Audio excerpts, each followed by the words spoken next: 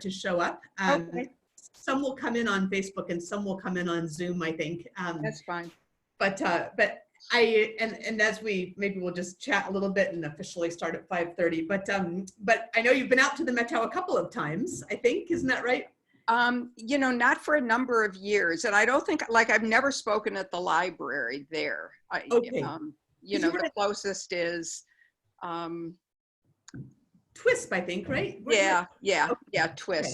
So that's not too far. That's no, that's right. And we've had people at those programs come from Winthrop. Yes, exactly. And I think there's we're one. I like to think of us as one community, and we anything that supports the Winthrop Library supports the TWISP Library, and vice versa, for sure. So that's very much part of I hope the ethos. Anyone should be supporting libraries across the board, right? So that's totally, yeah, absolutely. Right. Case. I just talked to, I think, a friend of yours, Carol Casella, and she was delighted that you were joining us. And she said she doesn't always like to do a lot of public events anymore. So we're particularly grateful that you would make time for them. No, I'm very happy to do it, and this is such an easy way to do it. Okay. And well, thank you. So, yeah, I'm very happy you asked. Wonderful. Well, thank you. We'll keep these down. All right. Well, we'll go ahead and get started. And I am going to do a brief introduction, even though you really need very little introduction. You will be the only person that I imagine I will ever have a chance to talk to who has an action figure that has been designed after her. So yes, yeah, I was digitized. You were digitized. That's outstanding. Yeah. And again, I think I heard once that the more important the person, the shorter the introduction needs to be. But just because I think it's wonderful to remind folks, you are or have been an American librarian, best-selling author, literary critic, and former executive director of the Washington Center for the Book at the Seattle Public Library. And your prolific reading and knowledge of books made you locally famous in Seattle, but really obviously nationally and beyond, where you've regularly appeared on public radio recommending books, achieving broader fame with Book Lust, your 2003 Guide to Good Reading. You've also been named 2011 Librarian of the Year by Library Journal. And you're the author also of a novel more recently released, I believe, yes, right? A couple years ago, and a memoir, which I will tell you, I was late in trying to find, but I would love to read. No memoir. That's a mistake. Oh, it's a mistake. That's a mistake. That's on Wikipedia? Wikipedia. Yeah, I don't know. I have to learn how to take that off. Well, I think anyone can go in there and correct. Maybe I'll go in there. Oh, good. Just delete that whole sentence. I don't want to. I always think that, I mean, I would never write a memoir, but because I think that the Book Lust books that I've done are really, you know, they're a picture of my reading and what I know. You know, I have a book coming out in September.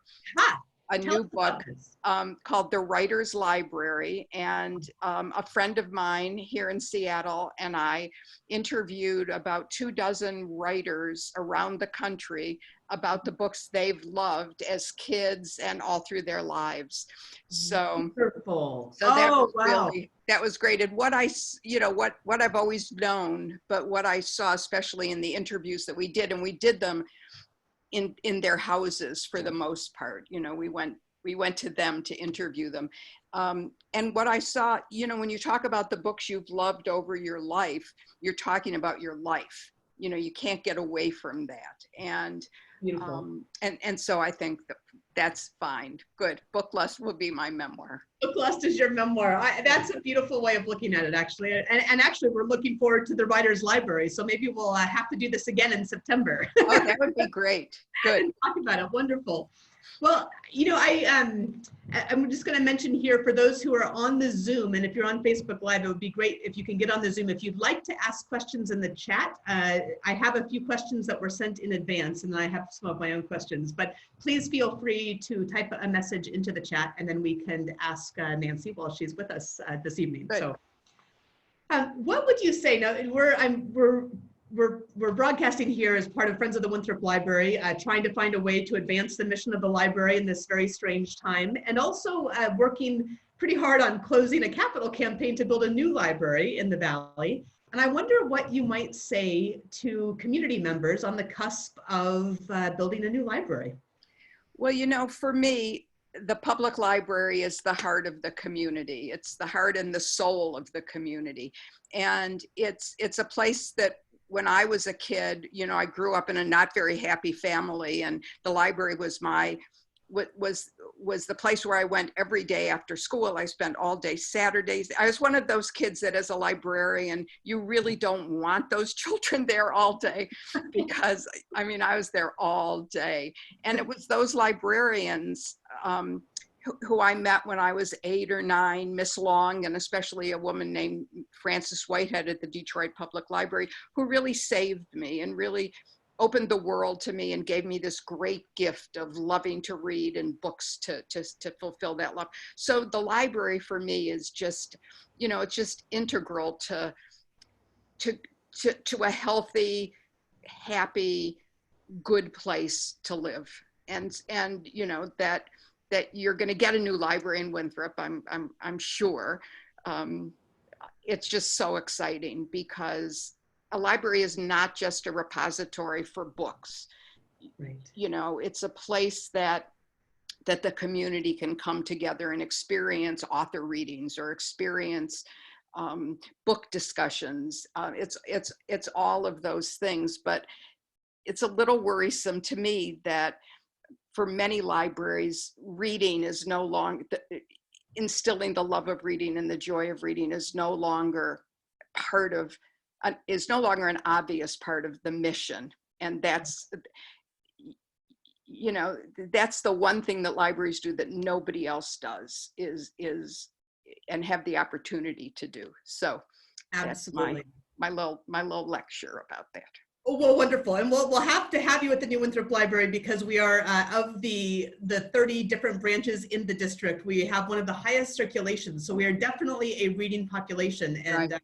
Yes. and we're much loved as well. So a combination of both the books and the love of Nancy Pearl will be a wonderful thing to have you out here for. I accept your invitation. So. Wonderful. Excellent. Thank you. So one of the questions that that came to mind is, we're in a very unusual time, really potentially a once in a century kind of event. It's something that we're experiencing globally and communally globally, although people are reacting in different ways. How have you seen other global events shape how we read and write as a society? And what might you guess might come of this in terms of how it is that we read and how it is that we write? Well, you know, I've talked to a lot of people, and I shared this. It's been very hard. This has been a very difficult time, I think, to sit down and concentrate on a book. Yeah. And I know from many of the people that I've talked to that it's the kind of thing where you pick up a book and you start reading it and you just say, no, you know, or I will hear from publicists wanting me to read a particular book and maybe talk about it. And it'll be, you know, a heart-wrenching memoir about, you know, and I just am trying, you know, I'm very honest and say, I'm just not reading those kinds of books now. I just can't. And I know after 9/11, which was probably the last big event that really had an effect on reading. What happened to me was that after 9/11 happened, I couldn't read fiction for a long time. And it wasn't, so I read a lot of nonfiction. It wasn't the kind of thing now where it's hard to concentrate. But the nonfiction that I read wasn't about terrorism. It wasn't about 9/11 at all. It was just, fiction can be so emotionally hurly-burly. Yes. You know? Yes. And what I wanted was not that hurly-burliness. I just wanted a calm voice telling me something that I didn't know. So that was a big change. And now really, I think we're already in this time where a lot of people, even before, you know, the coronavirus, a lot of people were talking about how much trouble they had reading a book, you know, just sitting for that long and getting into a narrative, you know, Right. that you have to follow through. And then thinking of a book like Oliver Twist or some, you know, Ulysses, I mean, some, you know, ginormous book, Duck's Newburyport, which is, you know, 1,000 pages. You know, they just felt they couldn't do it because we're so used to Twitter and Facebook. I mean, this fast click, read, click again, read. And I really think, and I feel like for me, that it's really affected my kind of brain chemistry. So I have to, you know, I have to say to myself, okay, you're going to sit down and this is a book that you're really enjoying and you're going to sit down and read it and you're not going to look at your phone and all of those things. So. For sure, for sure. It's a bit of a shame, right? Because there is, actually, I would say for those of us with young children, there's not more time, but there is more time in that we're not commuting to work and we're not doing some of those Right. things. It's a bit of a shame that we can't pick up War and Peace right now. Right. Yes. And really dive in, Yeah. right? Yeah. And I think that, you know, people say, in everything, like, I don't, like, all I do is read. And during this staying at home, I'm just doing a lot of jigsaw puzzles, but I don't, you know, I don't garden, and I have to say, I don't cook very much, although like everybody else, I'm baking a lot more, you know, Yeah. but you make those choices. So people who say, I don't have time to read, if I was gonna, you know, delve into that, I would say, well, what are you doing instead? And people are doing lots of other things, but nothing, I think nothing, you know, I'm a walker and I walk, you know, several hours a day and listen to books, but a book is like such a special, it's such a special thing in the way that you interact with it. Yes, yes, for sure. Yeah. Well, a couple of questions around that, actually, a little bit on recommendations that you might have. And I think these speak a bit to the time and a bit to some of the more universal challenges. But one question that comes from Jill: what suggestions do you have to encourage reading in teens who have so many other bids for their free time? Yeah, you know, teens, that's hard. And I have always found that the best way to encourage people of any age to read is to be enthusiastic about what you're giving them to read. And I think with teens, you can't, you as the parent or the adult in the household, it's not what you like, it's what they like. And, you know, I think it's important not to make reading a negative have to. Like, you know, you have to read for half an hour before you can go outside. I think that if there's teens who don't like to read, and I think part of the problem is if it's not a problem of reading itself, you know, if there's not like a neurological problem or whatever, the problem with anyone who doesn't like to read is that we as librarians haven't found the right book to start it all off on. And, you know, the other thing I think is that we tend only to, as a society, focus on what's new. And, you know, I think that there's lots of books that, I mean, remember that any book you haven't read is a new book to you. I mean, I think, you know, you always have to keep that in mind.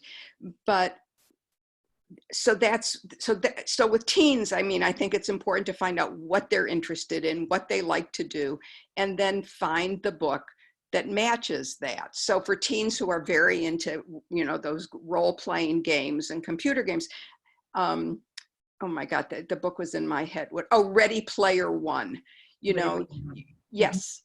So you really want, or you want books to start with, at least, that are going to be very plot driven and page turners. And goodness knows there's a lot of those books out there.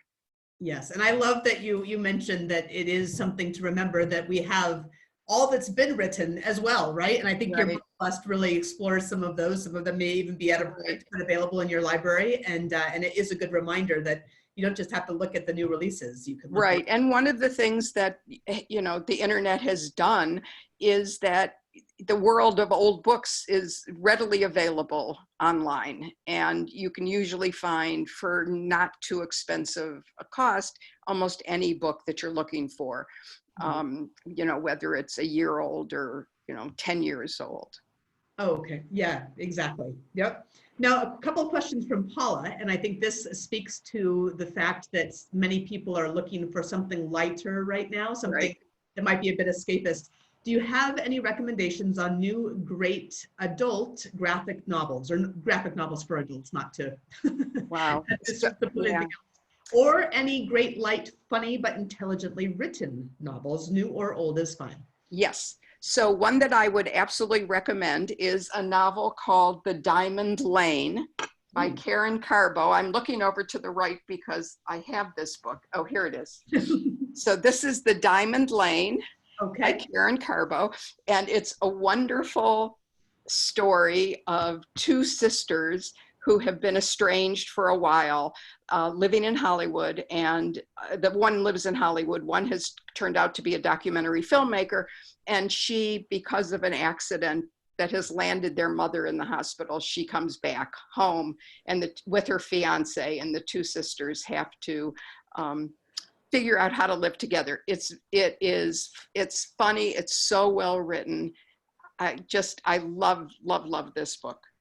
And Karen Carbo is an Oregon writer, so we could consider her a neighbor.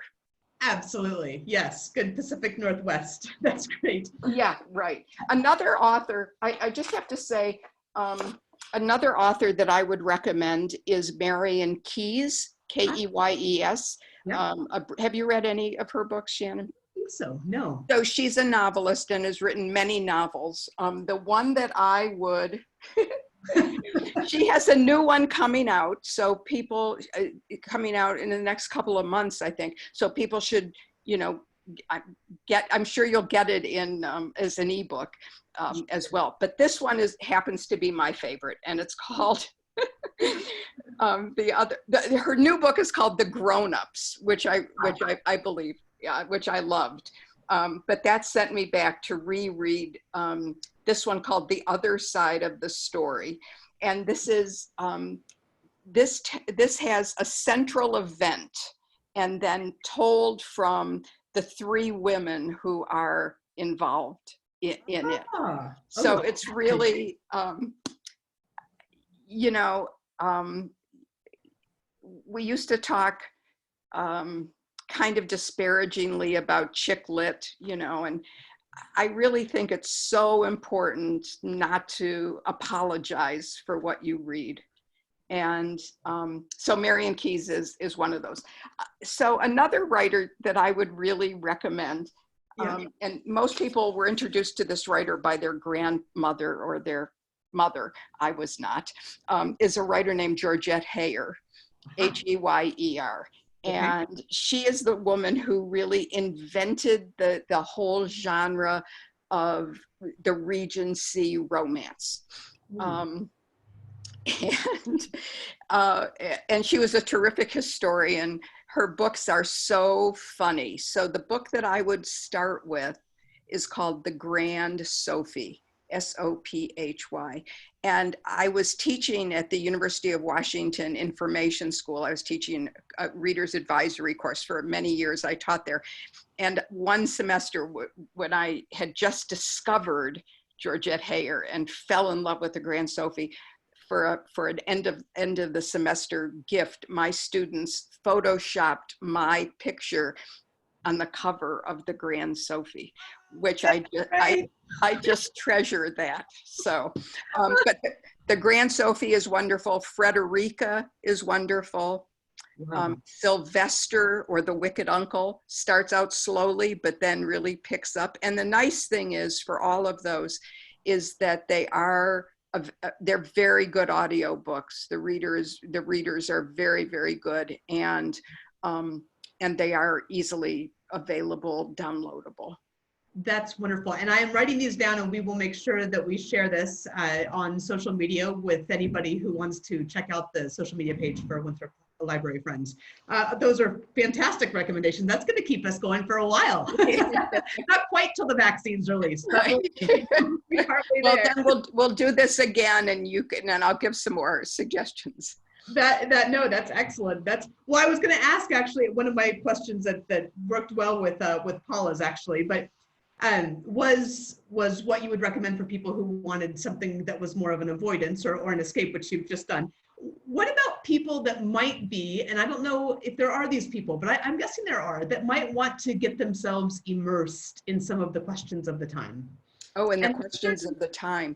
Yeah. And that could go in lots of directions, obviously. Yeah, right. So there's a wonderful novel, not a novel, sorry. There's a wonderful work of nonfiction by a writer named David Treuer, Treuer. And the title is, David Treuer grew up in a very interesting family. His father was a survivor of the Holocaust, and his mother was a Native American. And he grew up on maybe the Standing Rock Reservation. And what he, the usual narrative is that Indian history stopped with, bury my heart at Wounded Knee. Or broken knee.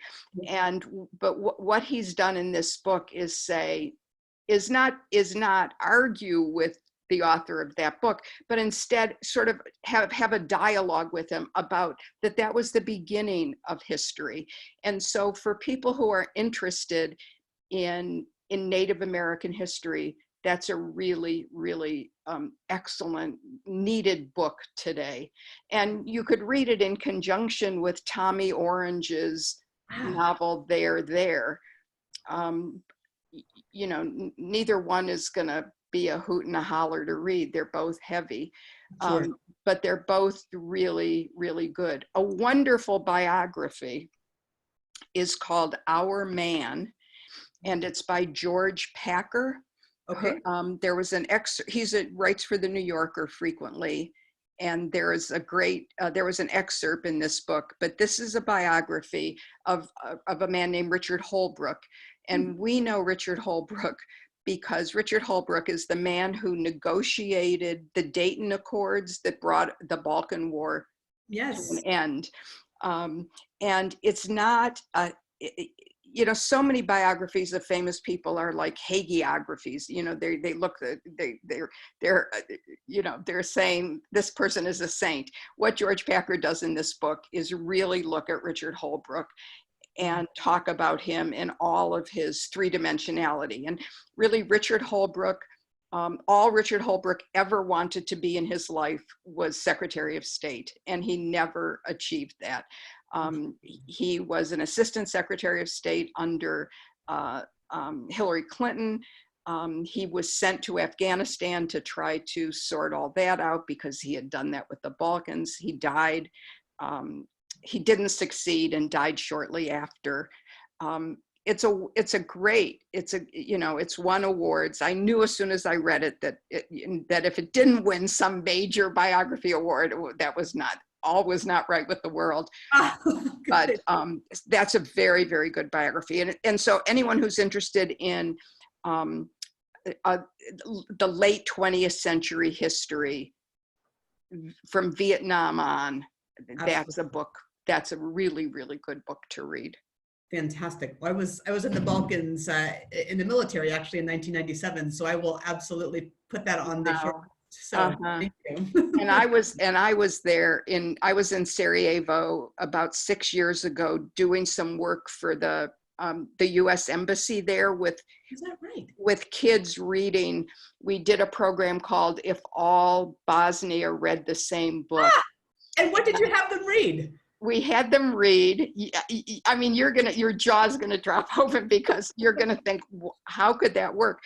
A Diary of a Part-Time Indian, the German Alexei novel. And by the time I got involved in that, and I could just talk about Bosnia forever because I just fell in love with the country.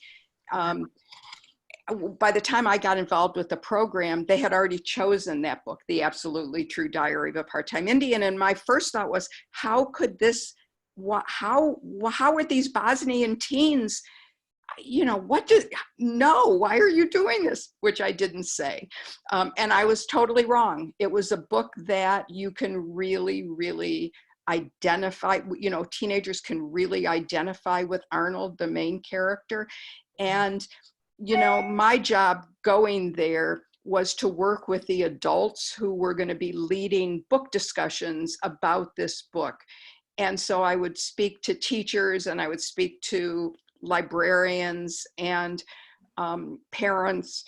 And, I've always believed book groups can save the world, that book groups can make the world a better place. And I remember the first time that I was there to talk about how to lead a book group. For those of you who have read or have not read Absolutely True Diary, at the end of the book, there's a list of all the tribes that the main character belongs to. So he belongs to the tribe of cartoonists, of Spokane Indians, juniors in high school, whatever. And so I said to the group, well, let's go around and each one of us say a tribe that we belong to. And the first person said, and you'll appreciate this because you were there, Shannon. The first person said, I belong to the tribe of people who have Serbian mothers and Muslim fathers. And somebody from the back of the room said, I'm in that tribe too. And that just was, there it is. I know, it makes me cry even to think about it. So that was a really meaningful, but there's a wonderful book about the war, about the Bosnian War, called Love Thy Neighbor, A Story of War. And it's older. I mean, it came out much closer, maybe in early in 2000. And it's by Peter Maass, Maass. And it's one of the best books about the Bosnian War and what it was like to be there. So you must read that. I will absolutely read it. I will say one of the books on my shelf that I have never gotten through, to your rule on right. finding the right time, is, and I think it's outstanding, but it's Black Glam, Gray Velvet. But it's about this big, and you have to have some staying power to. You do. And that might be the kind of book that would be better to read electronically, just so you don't know quite how long. But Rebecca West's a wonderful writer, and that really about Yugoslavia was her magnum opus, I guess. Well, it's such important information, right? I've just read parts of it, but I aspire. It's sort of like the Bible, reading it straight through. We should all do it once. So you made the point of the book clubs can save the world. And actually, I was just thinking about this because as we have been working towards this new library, and there's so many needs, right? There's so many really acute needs. And yet thinking about how it is that we come back together in a time where we have gone through years now of increasing polarization.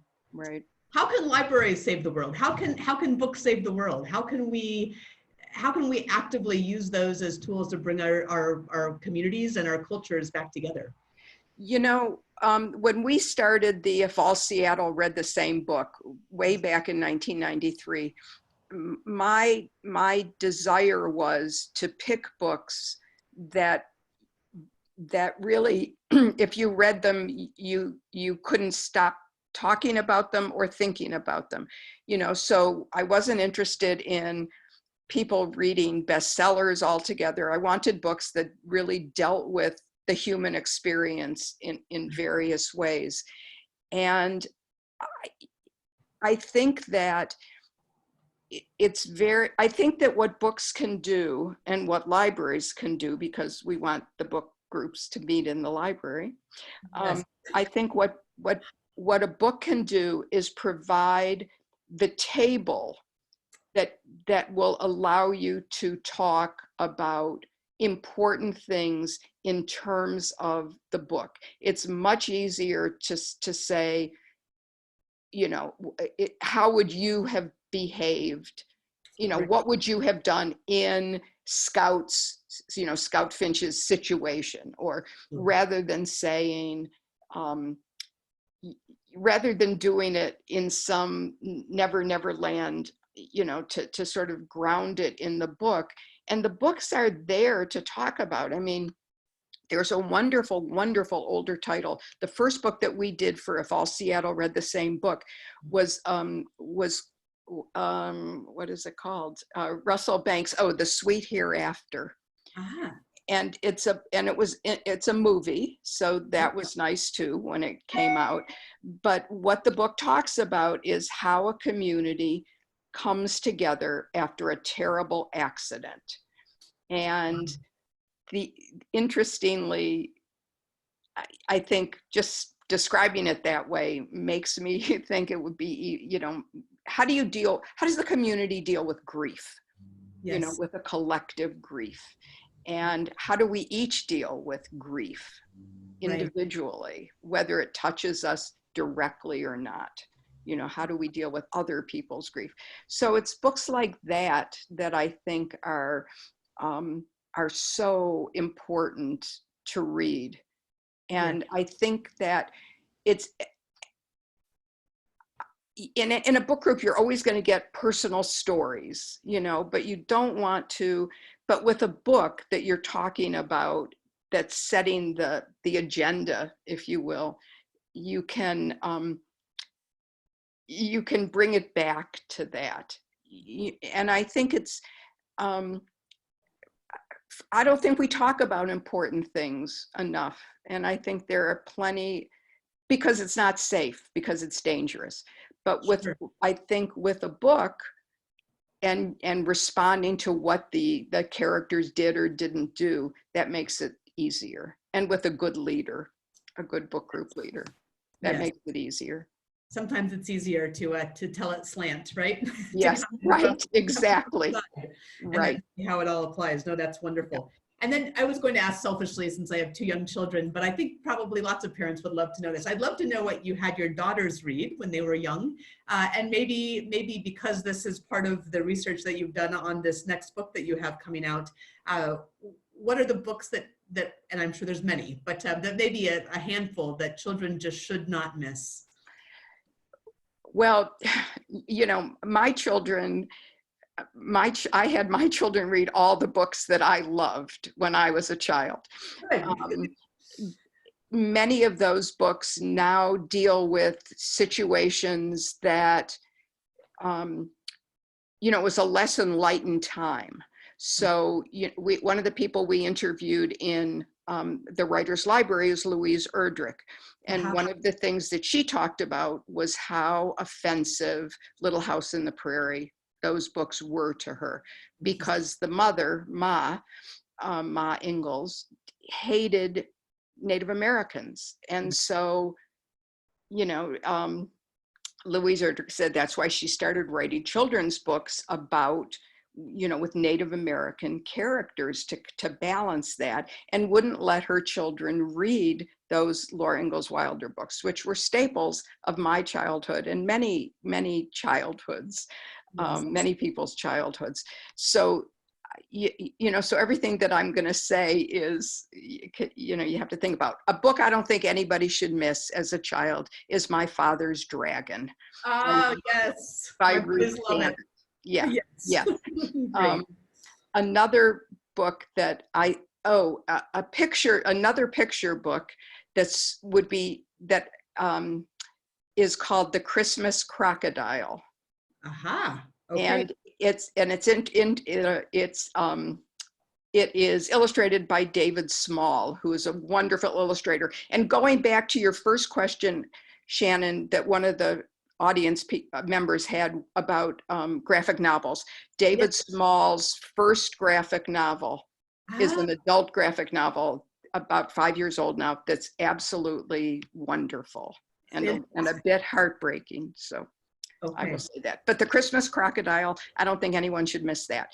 There's another wonderful, my librarians that I grew up with were Canadian. One was Canadian, and so I read all the British children's books.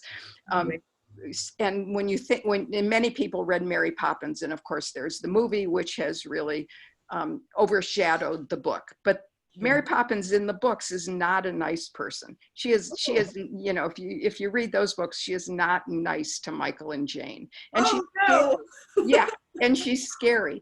But there's a children's book called Mr. Pudgeons, Pudgins, which is about a wonderful babysitter. I would think of it as the antidote to Mary Poppins. Mr. Pudgeons is a babysitter who, when he's there babysitting, wonderful things happen. Like the bathtub flies, you know, you turn on the water and out of the hot water faucet comes root beer, and out of the cold water faucet comes orange soda.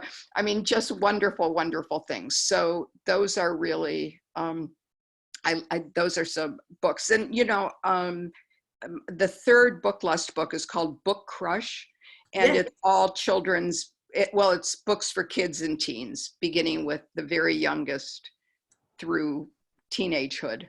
Perfect. So Book Crush for all of you that have children and teenagers. Pick up Book Crush for Nancy's recommendations. Excellent. Yes, that's wonderful. Well, Nancy, wait. I have some more people should have missed. Make Way for Ducklings. Oh, yes. That's Robert McCluskey. There's another absolutely wonderful picture book called Bubble Trouble. Ooh. By a woman named Margaret Mayhew, who's a very well-known New Zealand, very lauded New Zealand writer. She wrote this as a poem, and then it was turned into a picture book with some fabulous, fabulous illustrations. And it's all in rhyme, and it's just rollicking. So that's one of my very, very, very favorite books. That's, you know, actually we have a Kiwi friend who gave us 2 children's books, and both of them are the Gruffalo, of course, and the A Summer Day, I think, and they're both poems, and they both have that kind of momentum that comes from that rhythm. Yeah, it's wonderful. Yeah. New Zealand's got it figured out. That's right. In more than ways than one, actually. Yeah, right. Totally. Right. Yeah. That's great. Electra woman. Yeah. Oh, she's fabulous. Yeah, there she is. There's several comments that people are loving your recommendations, and also love that you're laughing about them, so that you clearly enjoy them, and they're part of your heart, which is just fantastic. So totally. Well, thank you for your time tonight. It's just amazing to have you on here, and really a true honor to have a chance to talk with you and hear your thoughts about reading and libraries and books. We're actually in our last phase. Despite all of this that's happening, we're actually a little overwhelmed, to be honest, because we sort of figured when this started to happen, gosh, you know, we're towards the end of this capital campaign, it might not happen. But the donors and the community have come in so strong, and we're down to the last 400,000. Sounds like a lot, but in a $5 million project, it's actually pretty amazing. Yes. And so we're really close to the finish line. And good. It's we will very much look forward to having you at the library. But before then, I hope we can do this again, maybe when your book comes out in September. Oh, I'd love it. Let's count on it. Definitely. Wonderful. If anyone wants any more information on Nancy, she's at nancypearl.com, I believe. And at the library, we are at winthroplibraryfriends.org. And thank you so much, Nancy. Stay healthy, stay safe, and enjoy the jigsaw puzzles. Thank you, Shannon. It's been a real pleasure. Wonderful. All right. Take care. Okay. Bye-bye. Bye-bye.